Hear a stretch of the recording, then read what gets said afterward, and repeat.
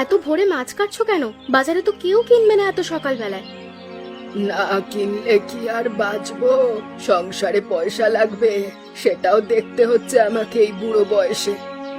সেই কথাই তো বলছি গো মা, মোড়ল বলে দিয়েছে আর আমাদের দোকানে বাজার না রাখতে। মোড়ল শয়তানি ছাড়া আর কি চায়? টাকি মাছ বিক্রি করে একটু যে নিজেদের সুখে শান্তিতে রাখার চিন্তা করছি, তাতেও মোড়লের কষ্ট। চান্দু মানে আমাদের মোড়লের যে ডান হাত, সে এসে বলেছে 700 টাকা ভাড়া না দিলে আমাদের দোকান ভেঙে গুড়িয়ে দেবে। কি বলছো কি বৌমা? 700 টাকা? আমাদের পক্ষে এত টাকা দেওয়া কিভাবে সম্ভব? তবে তুমি চিন্তা করো না, মোড়ল যতই বলুক আমাকে আটকাতে পারবে না। আমি যদি মাছ বিক্রি না করি তাহলে বিজন স্কুলে যাবে কি করে, আর ঝুমাকেই বা কে পড়াবে? ওই মোড়লটা খুব বদমাইশ, বলো দিদা। না রে, তোকে সব ভাবতে হবে না, তুই পড়তে যা। আর একটু তুই লবণ আন, দেরি হয়ে গেল আমার আজকে সবকিছু প্রস্তুত করতে। লবণ তো ফুরিয়ে গেছে মা, গত সপ্তাহে দোকানদার ধারে দিতে চাইনি, কি আর করব। ধুর, এই অভাব আর ভালো লাগে না। তবে তোমরা আশাহারিও না। শোনো বৌমা, একদিন সবাই দেখবে শান্তা বুড়ির টাকি মাছ ভাজার খেয়ে আনন্দে লাফাচ্ছে, আর মোড়লকে সেদিন কিভাবে শায়েস্তা করতে হয় আমিও দেখব। আমার কথা মনে রেখো। সেদিনটা কবে আসবে মা? আমরা তো আর অপেক্ষা করতে পারছি না। এবার তো মনে হচ্ছে অপেক্ষা করতে করতে মরে যাব। আসবে বৌমা, ভরসা রাখো। আরে বুড়িমা যে ভালোই দোকান লাগিয়েছ। শুনছ শান্তা বাবুরি, মোড়ল বাবু বলে দিয়েছে আজকের মধ্যে ভাড়া না দিলে দোকান খালি করে দিতে। কি বললি? শোন চান্দু, তোর মোড়লকে বলবি আমরা একদিন সব টাকা ফেরত দিয়ে দেব, কিন্তু এরকম ভাবে বিনা কারণে ওর অপমান সহ্য করতে পারবো না। দেখো, অত কথা আমি জানি না, সেটা দেখার কথা না আমার না মোড়ল বাবুর কারোরই। মোড়ল যা বলে তাই হবে, আর আমি সেই কথাটা স্পষ্ট করে জানিয়ে গেলাম। 700 টাকা জমা আছে, সেটা মনে রাখবে এটা। আরে বাবা, বাজারে কি আর অত বিক্রি হয়? আমি গতকাল 5টা মাছ বিক্রি করেছি, তাতে কি আর 700 টাকা জমে সংসার সামলে? সেটা তোমার সমস্যা বুড়ি। আমি বলে যাচ্ছি পরিষ্কার করে যে কালকে বাজারে এসে তোর দোকান আমি খালি করে দেবো। এর বাইরে আর কোনো কথা আমি শুনতে যাই না। তুই কি পাগল হয়েছিস রে চান্দু? আমি এই দোকানে 30 বছর ধরে মাছ বিক্রি করি, তোর বাপের বেলাতেও আমি বিক্রি করতে, তুই আমাকে এভাবে হুমকি দিচ্ছিস? ওসব কথা আমি জানি না, এখন সময় বদলে গেছে, তাই অমল বাবুর কথাই হচ্ছে এখানে নিয়ম। সেসব পুরনো কথা শুনিয়ে আমার মন করানোর চেষ্টা করো না তুমি।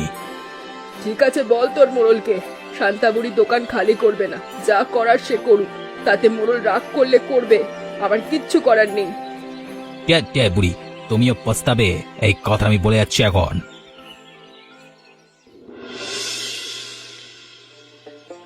কি হয়েছে মা? আজ তোমাকে বেশ আনন্দিত লাগছে। বাজারে কি একটু বেশি মাছ বিক্রি হয়েছে নাকি? এগুলো দেখেছো বৌমা? কোনোদিন এত টাকা দেখেছো? মা, এত টাকা তো আমি কোনোদিন দেখিনি। এত টাকা কোথায় পেলে? আমি বলেছিলাম তোমাদের সবাইকে যে তোমরা বিশ্বাস করছো না, কিন্তু এবারে বাজারে টাকি মাছ বিক্রি হওয়ার সময় এসেছে। আজ থেকেই সেই সময় শুরু হয়েছে। এই সব কিছু আমাদের হয়েছে ওই মাছ বিক্রি করে। এমনকি কাল থেকে আরো বেশি করে বিক্রি হবে। এখন বর্ষায় যত মানুষ আছে সবাই শুধু টাকি মাছ খাবে। বাহ, তাহলে তো খুব ভালো কথা। এবারে তো আমাদের দিন ফিরে যাবে বলে মনে হচ্ছে। দিন ফেরার আগে আরো একটা কাজ করতে হবে আমাকে। কি কাজ করবে? বাজারে আমাকে এরকম অপমান করার মজা আমি বুঝিয়ে দেব ওই মোড়লদের। কিন্তু ওদের বিরুদ্ধে কি আমাদের যাওয়াটা ঠিক হবে? আর মোড়ল বাবু নিজে তো আমাদেরকে কিছু বলেনি, যা বলেছে ওই শয়তান চান্দু। তুমি কি মনে করো বৌমা যে মোড়লের যদি হাত না থাকে তাহলে চান্দু এমনি এমনি এসে বলে গেল এতগুলো কথা? একবার তোমাকে অপমান করেছে, একবার বাজারে আমাকে অপমান করেছে, সেটাও কি ভালো করেছে? কিন্তু তুমি এখন কি করতে চাইছো? সেটা তোমাদেরকে ভাবতে হবে না। এই সংসারের সিদ্ধান্ত যখন আমি নিই, যতদিন বেঁচে আছি ততদিন আমাকেই নিতে দাও। তোমাদেরকে টাকা দিচ্ছি, তোমরা বাজার হাট করে রান্না সামলাও, বাকি সব সিদ্ধান্ত আমি নেব।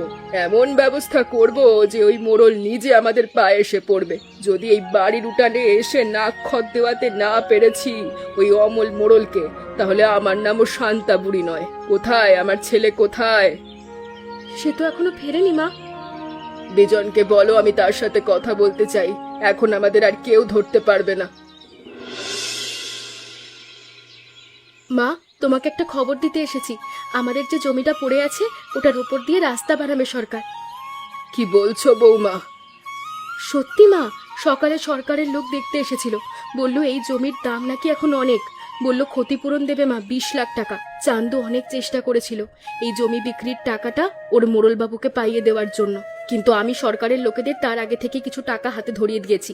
তাই এখন মোড়ল নয়, আমরাই টাকাটা পাবো। ভাবতে পারছো মা কত টাকা? 20 লাখ মা, 20 লাখ। বৌমা, এবারে আমাদের মাছ বিক্রির সময় হয়ে গেছে। ছেলেকে বলতে হবে নতুন বাড়ি তুলতে গ্রামে। এই গ্রামের সব থেকে বড় বাড়ি এতদিন অমল মোড়লের ছিল, কিন্তু এখন সব থেকে উঁচু বাড়ি হবে আমাদের। চোখে চোখ রেখে কাঁধে কাঁধ মিলিয়ে আমরা দাঁড়াবো। দেখিও কি করতে পারে আমাদের। সত্যি এখন আর মোড়লের কাছে মাথা নিচু করতে হবে না মা আমাদের। প্রথমে বাড়ি বানাবো, তারপর বিজনকে শহরে পড়াতে পাঠাবো। ঠিক আছে, আজকে তুমি তাড়াতাড়ি চলে এসো, কিন্তু আমি ঘরে বিশেষ রান্না করার ব্যবস্থা করছি।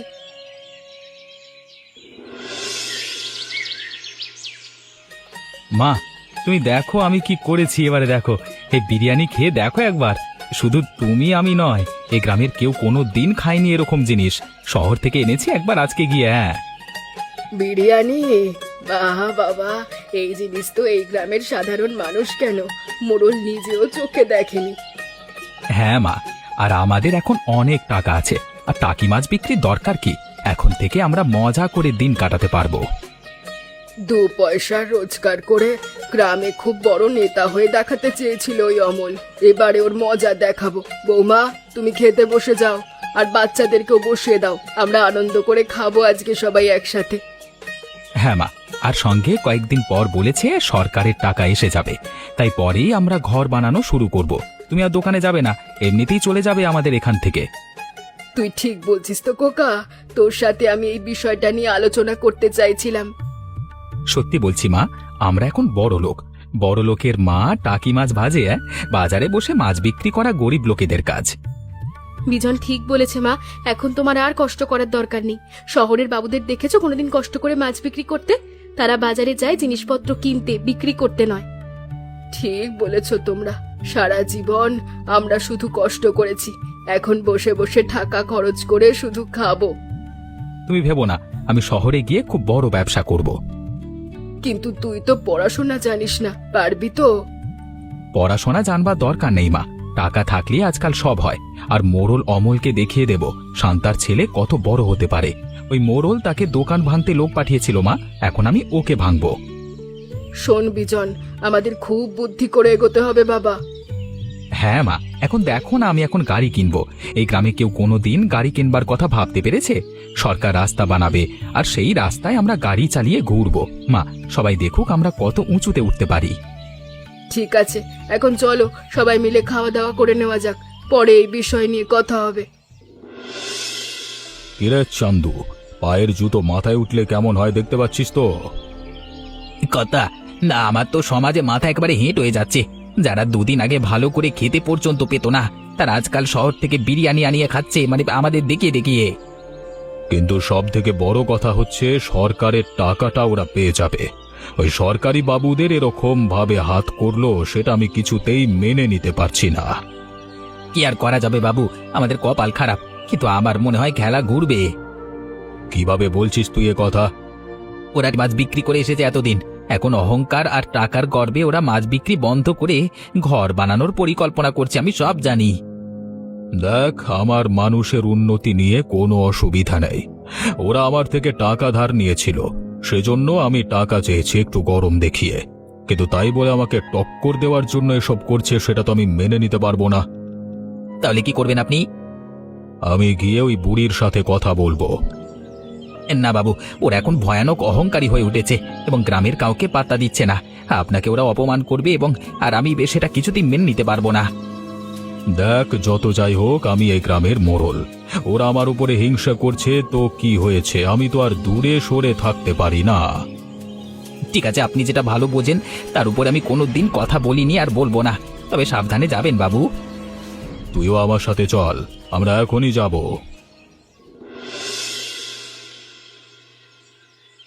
কে বুড়িমা, কেমন আছো?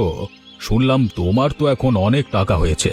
যখন গরিব ছিলে তখন যে আমি টাকা দিয়ে সাহায্য করেছিলাম সে কথা তো ভুলেই গেছো মনে হচ্ছে। হ্যাঁ অমল বাবু, হয়েছে আমাদের অনেক টাকা।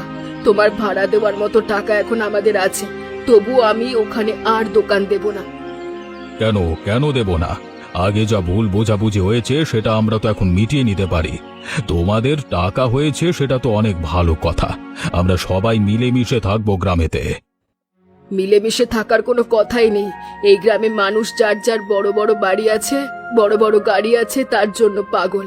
এখন আমরা বাড়ি করছি, আমার ছেলে গাড়ি কিনবে, শহরে গিয়ে ব্যবসা করবে, আর তখন তোমাদের কথা শোনা ছাড়া গ্রামের লোক আমাদের কথা শুনবে। তাই কতদিন তুমি মোড়ল থাকবে সেটা আগে চিন্তা করো, তারপর আমাদের পিছনে কথা বলতে এসো। কাজটা কিন্তু তুমি ঠিক করছো না বুড়িমা। আমি কি তোমার কথা শুনে কাজ করব নাকি? কি করতে হবে না করতে হবে সেটা তুমি বলে দেবে আমাকে। বুড়ি, ওসব বুলি বাদ দে। টাকা আজকে আছে, কালকে নেই, তাই বেশি অহংকার দেখাস না। চান্দু, তুই চুপ কর। বুড়িমা যখন এত অহংকার করে কথা বলছে তখন ওর কথা আমাদের শুনে নেওয়া উচিত। ঠিক আছে বুড়িমা, আমি হাত জোর করে ক্ষমা চাইছি তোমার কাছে। আমাদের ক্ষমা করে দাও, আর দয়া করে গ্রামের উন্নতির জন্য এসো, আমরা একসাথে কাজ করি। মোড়ল বাবু, এটা ঠিক হচ্ছে না। আপনি শয়তান বুড়িটার কাছে হাত জোর করছেন।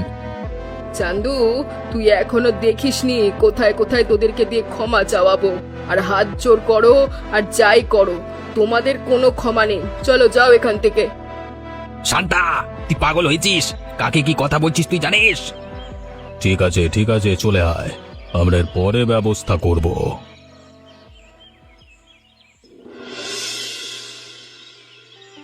কি ব্যাপার মোড়ল বাবু, আগে তো গ্রামের মানুষদের পাত্তা দিতেন না, বিশেষ করে আমাদের মতো সরকারি কর্মচারীদের দরজার বাইরে দাঁড় করিয়ে রাখতেন, আর এখন ঘরে বসে চা খাওয়াচ্ছেন আদর করে। হাতে পাকে পড়লে তাকে সাহায্য করবার জন্য লোক লাগে বিপ্লব। তোমার সাহায্য লাগবে আমার। কিরকম সাহায্য বাবু? আর তার বদলে আমি কি পাবো? দেখো, তোমরা অহংকার বলো আর যাই বলো, আমি কিন্তু কোনোদিন মানুষের ক্ষতি করবার কথা ভাবিনি। হ্যাঁ, টাকার নেশা আমারও ছিল, তাই আমি গ্রামের লোকের থেকে মাঝে মাঝে একটু বেশি সুদ নিয়েছি আর কি। কিন্তু তাই বলে যে মানুষকে ক্ষতি করব সে কথা কোনোদিন ভাবিনি। তবে এখন মানুষের ভালোর জন্যই একজনকে শিক্ষা দিতে হবে, আর সেই জন্যই তোমার সাহায্য দরকার। বুঝতে পেরেছি, আপনি শান্তাপুরীর কথা বলছেন তো? হ্যাঁ, ঠিক বুঝেছ। কিন্তু আমি কি সাহায্য করতে পারি সেটা বলুন তো? যে করি হোক, ওরা যেন টাকা না পায়। বাকি আমি ওদের বাজারের দোকান বন্ধ করবার ব্যবস্থা করে দিয়েছি। ওরা অহংকার করেছে যে ওরা আর বাজারে দোকান দেবে না, কারণ ওদের কাছে অনেক টাকা এসে গেছে। এই টাকাটা মূলত তোমার সরকারি টাকা, তাই তোমরা যদি ওটা আটকে দিতে পারো তাহলে আমরা কিছু একটা ব্যবস্থা করতে পারবো। ঠিক আছে, চিন্তা করতে হবে না, আমি যা করবার করছি। ঠিক আছে, তোমাকে ধন্যবাদ। আজকের মতো চলি তাহলে বাবু। মা, সব শেষ হয়ে গেছে। মোড়ল মশাই পাল্টা আঘাত করেছে আমাদের উপর। কি বলছিস? কি হয়েছে? কি ক্ষমতা আছে ওই মোড়লের, আর কি হয়েছে? মা, আমাদের জমি বিক্রির যে সরকারি টাকা আসবার কথা ছিল সেই টাকা মোড়ল নিজে নেওয়ার ব্যবস্থা করেছে। শুধু তাই নয়, বাজারে যেহেতু আমরা দোকানটা দেব না বলেছিলাম, তাই বাজার থেকে আমাদের দোকান তুলে দিয়েছে। শুধু তাই নয়, মোড়ল আমাদের বিরুদ্ধে থানায় মামলা করেছে, বলেছে বিজন নাকি অসৎ টাকা নিয়ে ব্যবসা করেছে। মা, এক কথায় আমরা বিক্রি হয়ে গেছি, এবং আগে আমাদের অবস্থা যা ছিল তার থেকে আরো খারাপ হয়ে গেছে। কি বললি? সত্যি? সত্যি মা, ওরা থানায় গিয়ে বলেছে আমরা নাকি ওদের থেকে অনেক টাকা ধার নিয়েছি আর মেটাতে পারিনি, সেজন্য আমাদের ঘর থেকে বার করে দেওয়ার ব্যবস্থা হবে খুব তাড়াতাড়ি। এখন কি হবে আমরা বুঝতে পারছি না। হয়তো আমাদের অহংকারই আমাদেরকে পতন করেছে। আমরা পথের ভিখিরি হয়ে গেছি, আমাদের বাড়িও যাবে, টাকাও গেছে, আর আমাদের কিচ্ছু নেই। চলো মা, আমরা শহরে পালিয়ে যাই, এখানে থাকা আর আমাদের পক্ষে সম্ভব নয়। টাকি মাছ ভাজা থেকে আমরা শুরু করেছিলাম, কিন্তু অহংকার আমাদের ওই পথ থেকেও সরিয়ে এনেছে, আর আমরা আসল জিনিসটাই ছেড়ে দিয়েছি শহরের বিরিয়ানির লোভে। এটাই আমাদের সবচেয়ে বড় ভুল। আমরা আপাতত এখান থেকে চলে যাই, তারপর আবার আমরা না হয় ওই মাছ বিক্রি করা শুরু করব। ঠিক আছে, তোমরা যা বলবে। কি হয়েছে? এরকম সন্ধেবেলায় দৌড়ে দৌড়ে এলি কেন? হ্যাঁ, বাবু বাবু বিপদ হতে চলেছে। কি বিপদ? তুই কি পাগল হয়েছিস? আমাদের আবার কি বিপদ হবে? এখন তো আমরা যা ব্যবস্থা করেছি তাতে ওদের 12টা বেজে যাবে। কিন্তু 12টা তখন বাজবে যখন তো ওদের এই গ্রামের মধ্যে আটকে রাখতে পারবেন। তার মানে কি বলতে কি চাইছিস তুই? পাখি উড়ে যেতে চাইছে বাবু। আমি এক্ষুনি গোপনে শুনে এলাম যে ওরা এই গ্রাম ছেড়ে পালিয়ে যাবার পরিকল্পনা করছে। কি বললি তুই? এত বড় সাহস ওদের? সেটাই তো বলছি, সতর্ক থাকতে হবে আমাদের বাবু। ওরা কখন পালাবে কিছু বুঝতে পেরেছিস? যা মনে হলো আজকেই গভীর রাতে পালিয়ে যাওয়ার ধান্দা করছে। শহরে এই গ্রাম ছেড়ে পালিয়ে গেলে কিন্তু আমরা আর, হাতে পাবো না। আর ওরা হচ্ছে ভিকিরির জাত, যে করি হোক আবার শহরে গিয়ে মাথা তুলে দাঁড়াবে। ঠিক আছে, তাহলে চল, লোকজন জোগাড় কর, আজকে রাত্রেই ধরতে হবে ওদের। ঠিক আছে বাবু, তবে ধরে কি করা হবে? দুঘা করে লাগানো হবে নাকি? না, মারধর করবি না। আমরা ওদেরকে উচিত শিক্ষা দেওয়ার জন্য এটা করেছি, কোনো প্রতিশোধ নেওয়ার জন্য নয়। চল, এখন দেরি করা উচিত হবে না। তুই তোর লোকজনকে নিয়ে প্রস্তুত, আমাদেরকে ঘিরে ফেলতে হবে। ঠিক আছে বাবু, আমি এক্ষুনি যাচ্ছি, আপনি প্রস্তুত থাকুন।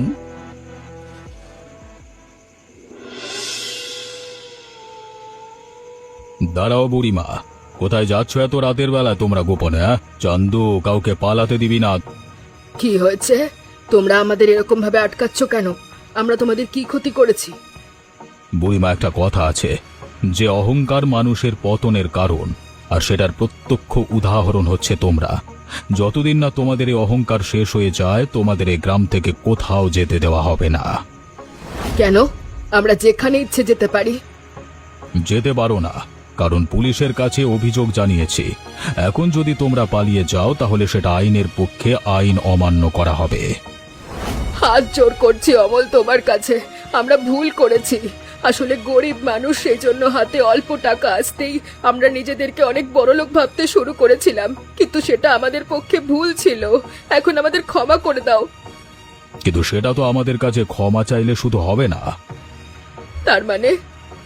তুমি আর তোমার ছেলে আমাকে তোমাদের উঠানে নাগল দেওয়াতে চেয়েছিলে, কিন্তু সেটা অন্যদিকে বাজারের মানুষদের তোমরা যে অপমান করেছো, সে অপমানের প্রতিদান তোমাদের মানুষের কাছেই দিতে হবে।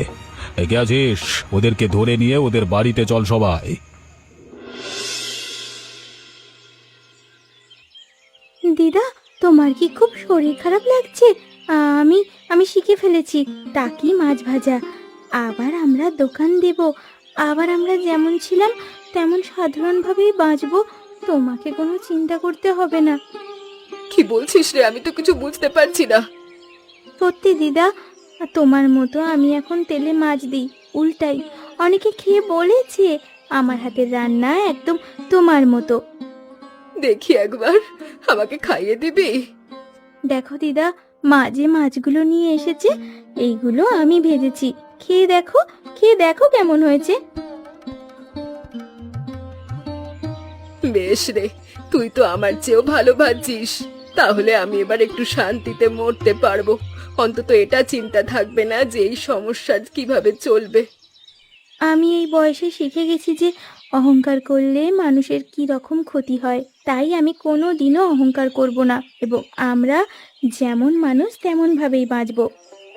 ভালো রে, এখন তুই এই মাছ বাজারে নিয়ে যা, বিক্রি করে আয়, আর তার পাশাপাশি পড়াশোনা কর। বিক্রি করব দিদা, আর তার সাথে মানুষকে বলবো যেন কেউ কোনোদিনও অহংকার না করে। তাহলে তাদের শাস্তি হবে আমাদের মতো। হবে রে, টাকা থাক বা না থাক, সততা ছাড়লে চলবে না। অহংকার মানুষকে খারাপ রাস্তায় নিয়ে আসে।